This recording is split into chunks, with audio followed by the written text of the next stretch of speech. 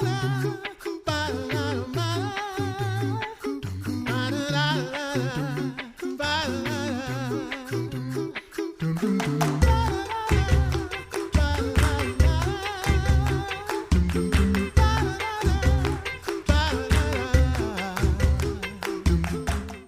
listening to The Coffee Hour. I'm Sarah Gulseth.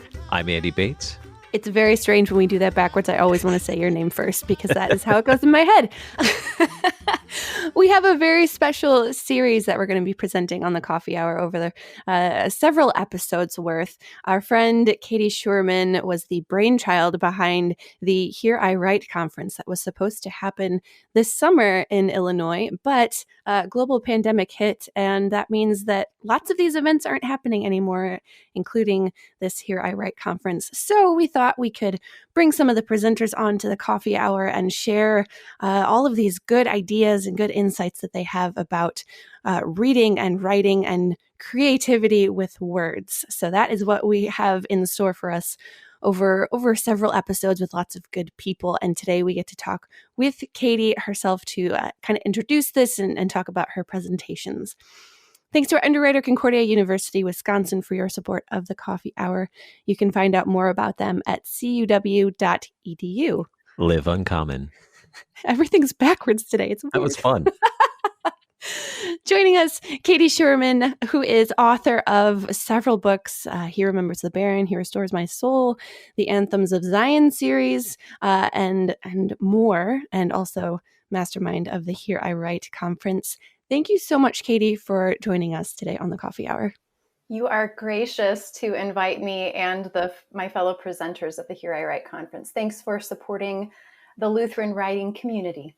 Absolutely. So tell us about the vocation of writer. What does being a writer actually mean? You know, I actually prefer to qualify writing as an occupation rather than a vocation, simply because, if we open up Luther's table of duties, we're not going to find writer there. Maybe we will in the sense of if you're an employee who is employed by a publisher or a magazine or a newspaper. In that sense, as a writer, there are ways that we as employees serve our employers. But otherwise, I think of writing as an occupation that some of us do on the side when our God-given vocations allow time. Or oftentimes writing is a hobby. Many times we don't even get paid for it. And so writing is definitely, though, something we can do to serve our neighbors, to serve those in our vocations whom we love and who we care for. So as a mother could serve her children by teaching them how to write, by sending them to school to learn how to write, by writing them letters when they go off to college, by writing poems for them or hymns for them or songs for them as they age, and so on and so forth. We can apply it to the different vocations that God has given many of us in our daily lives. Who do you consider writers? What makes a writer? Who are the writers? I think of writers as anyone who devotes time and energy to putting words down on a page. You're going to have, of course, different types of writers. You're going to have poets. You're going to have people who like to research information and write papers or articles that teach, that share, that communicate that information. You're going to have fiction writers, people who like to imagine new worlds or new characters, new places, and write stories that entertain or fables that teach. You're going to have academic writers who are, again, writing more for a teaching purpose of sharing knowledge with the world. And some of my favorite writers are those who write letters and hold them and put them in an envelope, address the envelope, put a stamp on it, and send them to me.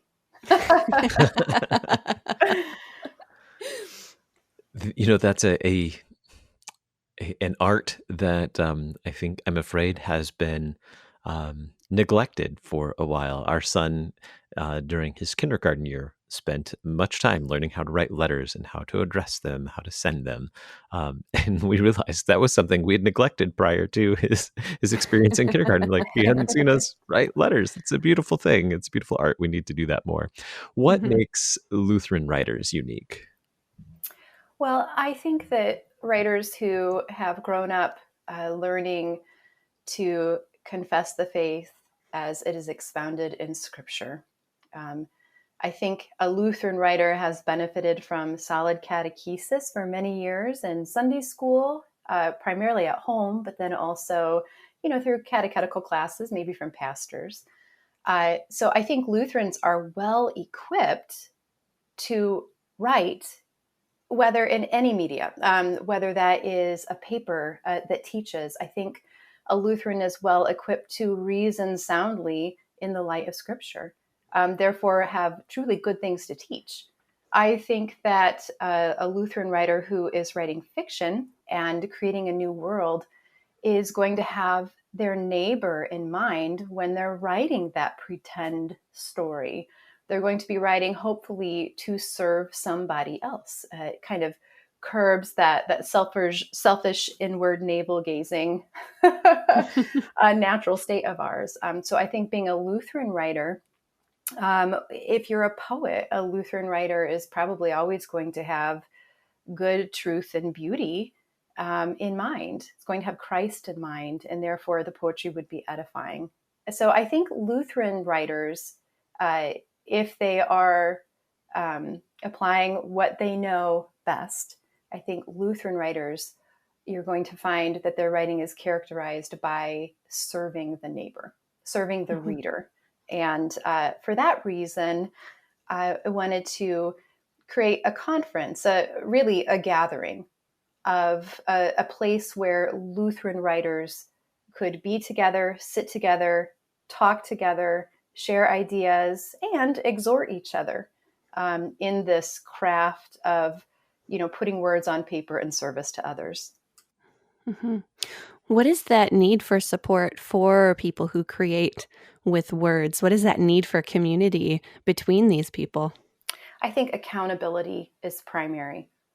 A writer needs a reader.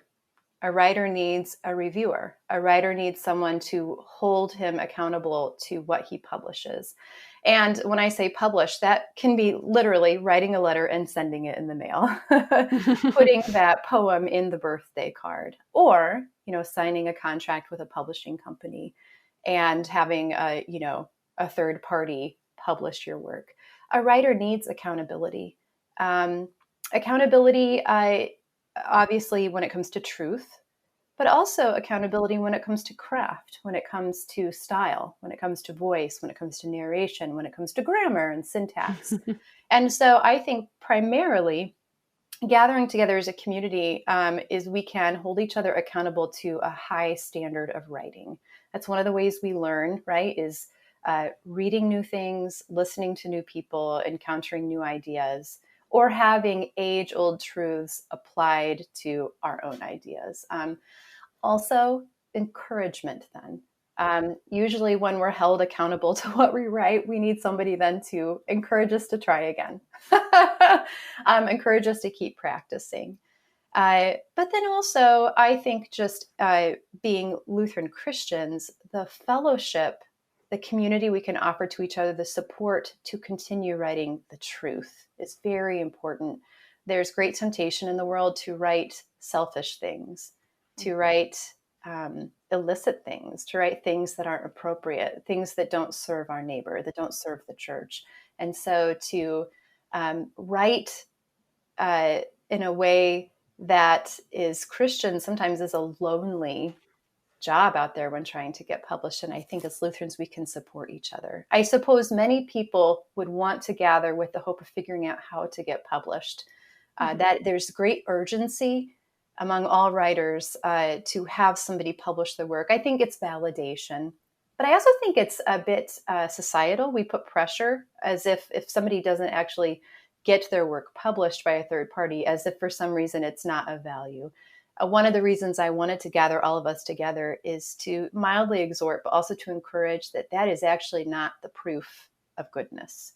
the proof of goodness is in answering the question, how has what you have written, how does it serve your neighbor? And to kind of maybe refocus, reshift our eyes from maybe the idol of being published, and instead turning it back toward vocationally, using writing to serve the people God has given us in our lives. We're going to talk more about the conference in just a little bit. Before that, just real quickly, with just like a minute, what was the aim of the conference, and who you invited? Who are the presenters that you were inviting to the conference? The aim of the conference was to gather, to exhort, to encourage, to support, and any writer who wants to come and be a part of that community. And our presenters were some of my favorite Lutheran writers who obviously have a spirit of generosity, because none of them were going to be paid. This was a free conference. The presenters, Reverend Roy Askins, who, of course, is the managing editor of the Lutheran Witness. Fiction author Sarah Bauman down in Texas is going to come. Charla Fritz, who has written many devotional studies for CPH. Catherine Kramer, assistant headmaster of Emmanuel Lutheran School in Alexandria, Virginia, was going to come talk about helping us teach children how to write. Cheryl Magnus, who of course is editor of Reporter. Kirk Meyer, who is owner of Gloria Publishing, all those delightful children's hymn books that have been published. Deaconess Mary Murby was going to come. Mrs. Anna Mussman, Holly Shear, Kelly Schumacher, artist and illustrator, Mrs. Heather Smith, teacher and also author, Donna Snowpile, beloved author at CPH, historical fiction writer Naomi Stevens, and then also via video, Reverend Brian Wolfmiller was going to help us learn what makes a good Bible study. How do we construct and write a good Bible study? So that's a smattering of who was coming. We can talk later a little bit more about what they were going to talk about. And we'll actually have several of them on to talk about their own presentations and their own insights into being a writer and all of what goes along with that. We have to take a quick break, but we will be back with Katie to talk about some more about her presentations. You're listening to The Coffee Hour. I'm Sarah Gulseth. I'm Andy Bates.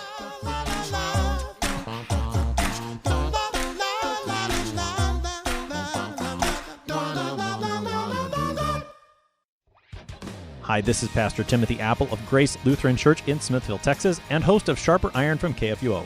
I'd love to have you join us in our current study of St. Paul's letter to the Romans. The series is called The Righteousness of God for You. Throughout this marvelous epistle, the apostle takes us back to the fundamentals of Christian doctrine. He sharpens our understanding of basic terms that our pastors introduced to us in confirmation class, terms like sin and grace, law and gospel, justification and sanctification, faith and righteousness, and much more. But this isn't just an academic exercise.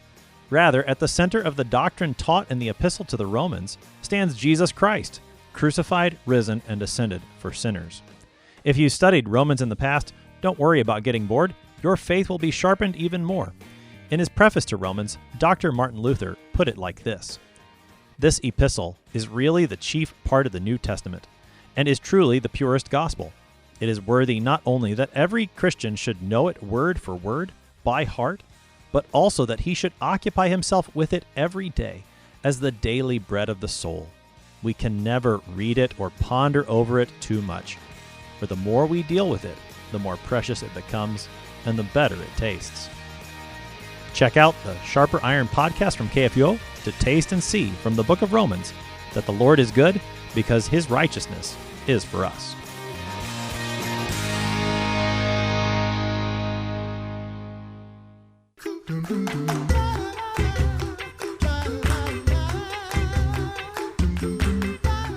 You're listening to The Coffee Hour. I'm Sarah Gulseth. I'm Andy Bates.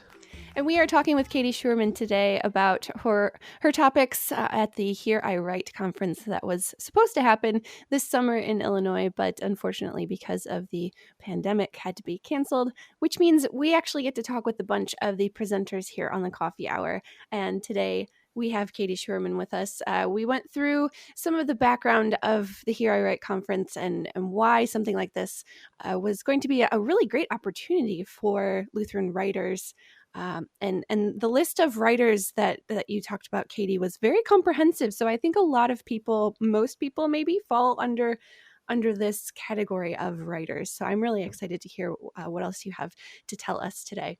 So you had 2 presentations at the Here I Write conference, and let's talk first about what somebody should write. So tell us about how to decide, or first, let's talk about different mediums. What are the different mediums that someone could write? Sure. So again, there are different venues of publishing. We have magazines, we have newspapers, we have blogs, we have books, we have encyclopedias. And we have different kinds of books then. There are nonfiction books, devotional books, there are Bible studies, there are fiction stories, there are short stories, there are children's books, there are all different, there are hymnals, right, that contain sacred poetry. There are as many different media for writing as there are ways people can create of putting words together and convincing somebody to publish them. So one of the questions I get asked the most when I am out speaking is, what should I write a book? And usually if there is opportunity, I sit them down and I ask them many questions that helps me determine how best to encourage them, whether to write a book or not. And one of the first things I ask is, well, what do you want to write about? And usually I get to learn quite a bit about that individual person and what they care about in life. Usually when we want to write a book about something, it's stems from a personal experience we've had, or a relationship we've had, or one we've lost.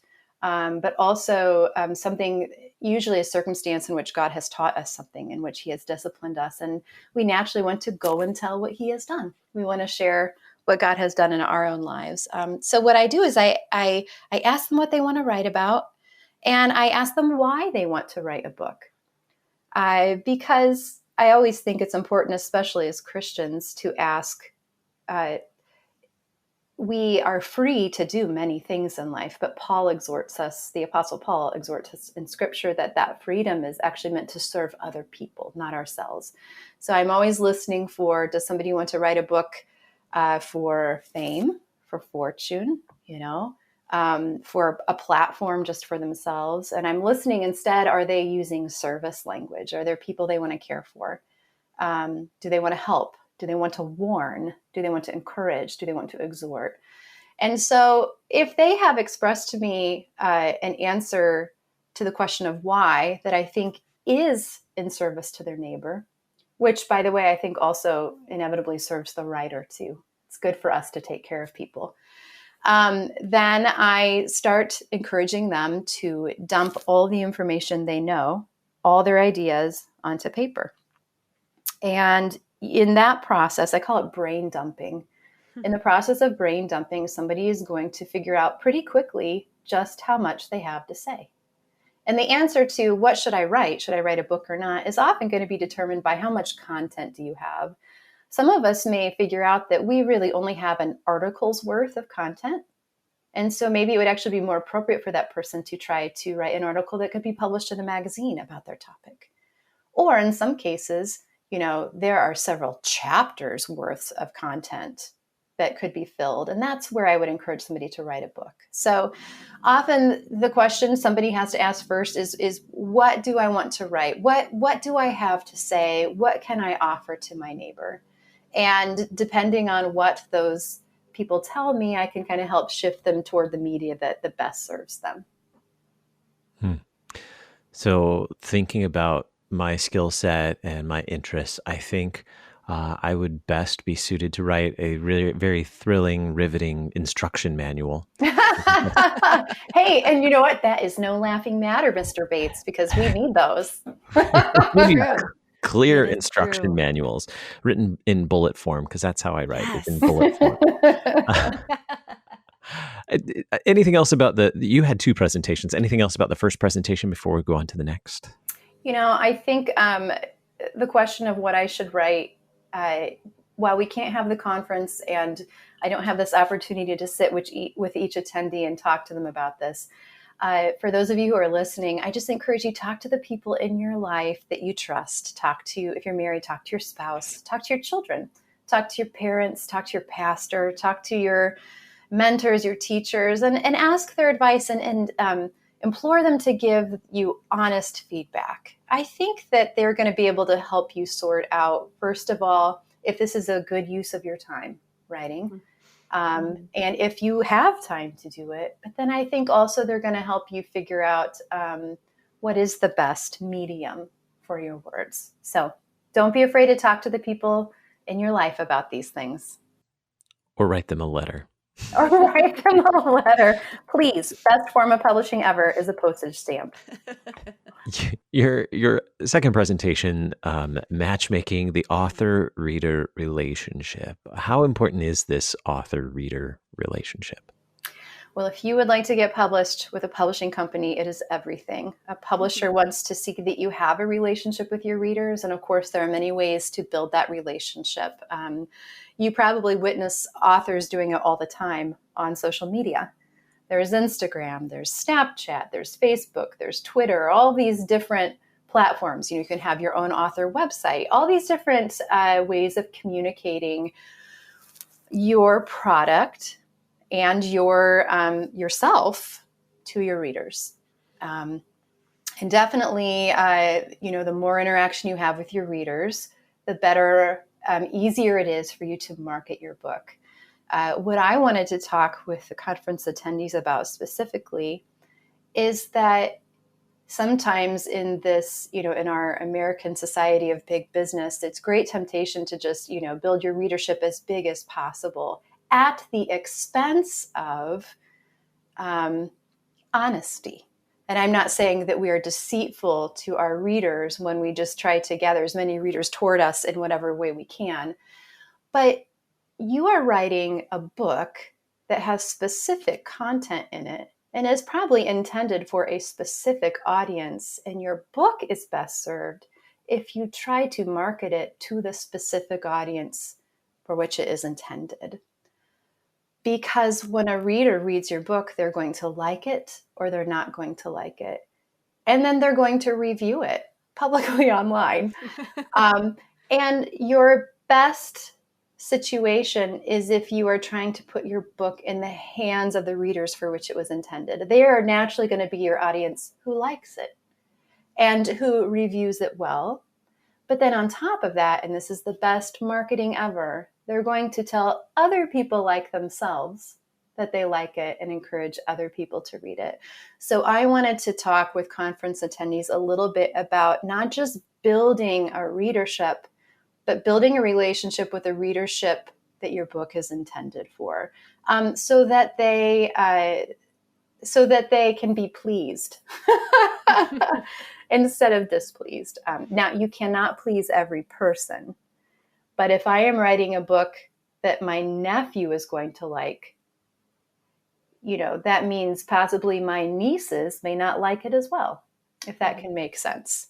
So I would want to make sure I market it toward my nephew and his friends rather than my nieces and his friends. That is a very simple example. But if I am writing a book for Lutheran Christians, it serves my book well to try to get it in the hands of Lutheran Christians. And I celebrate when my book extends beyond that. But if I'm writing it for a specific demographic, I want to try to make sure that demographic knows about it and reads it. Mm-hmm. What should writers think about or consider, or how does this even work? And you mentioned Instagram book author Instagrams. I follow several, and they're very good about this, about being very specific and targeting a specific audience. But what should writers consider when they're thinking about their audience that they're trying to market to? I think an author should always take the advice of their editors, of their agents, and of their publishers. So hopefully there would be some guidance in that regard. But if you are not blessed to have that support system, then I would say take the sound advice of vocation. Who is your book going to serve? Who is it intended for? Then gear all of your posts, gear all of your marketing, gear all of your words that you write about your book toward those specific neighbors. I think the best thing an author can do is to get out physically and meet people.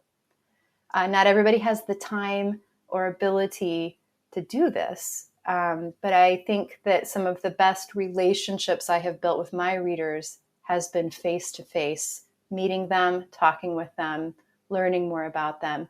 Because as I, the author, have the opportunity to meet my reader, I can better understand what my reader needs and what my reader expects. And then I always have the choice whether to try to meet that need or not, whether that's a good use of my time. But I really recommend that every author, get out your front door and meet the people who are reading your books and let them tell you what they think. Don't be afraid of what they think. The other side of this discussion is that, when you publish something and it is being reviewed publicly, that's okay. It's good. When you publish something publicly, you are inviting others to respond to it publicly. They should be allowed to have an honest reaction to your book. And I know sometimes bad reviews can be very painful, maybe even offensive, but I look at the review system as a very positive thing. Not everybody can get out and meet the readers face to face, but you're kind of getting a little mirror image of your reader when you read the review. A published review of your book is not really a comment on your book. It's actually a window into the reader's personality, into their set of expectations, into their education, based on how they react to your constant, which is the book. They're the variable. Your book is the constant in this scientific experiment. When you are reading somebody's reaction to your book, you're learning about them as a reader. And you can't please everyone, and you're going to learn, okay, this was not the targeted audience for my book. No one, of course they don't like it. They don't like hymns. They're not going to like reading a book about hymns. So that makes sense why they didn't like it. Same for a positive review. You're probably, when you read a positive review, your book has been in the hands of your target audience, but you're also going to learn about your reader and take note. What did they appreciate? What worked? What did they bond with? All of this is information you can gather that helps teach you how to write better for your audience. Well, Katie, we are all out of time. Where can we find your books, your writing, your insights online? Easiest spot would be my website, katieschuermann.com, KatieSchuermann.com. It has my books, my articles, my radio interviews, and also my blogs. Fantastic. Thank you so much, Katie, for joining us today on the Coffee Hour and sharing all of your insights. And we're looking forward to talking with the rest of the presenters from the Here I Write conference. Thank you for your support of the writing community. You're listening to the Coffee Hour. I'm Sarah Gulseth. I'm Andy Bates. The Coffee Hour with Andy and Sarah is a production of KFUO. To support the Coffee Hour and KFUO Radio, visit kfuo.org. You can also text KFUO to 41444 or send an email to gifts@kfuo.org. And you can call us at 800-844-0524. KFUO. Christ for you, anytime, anywhere.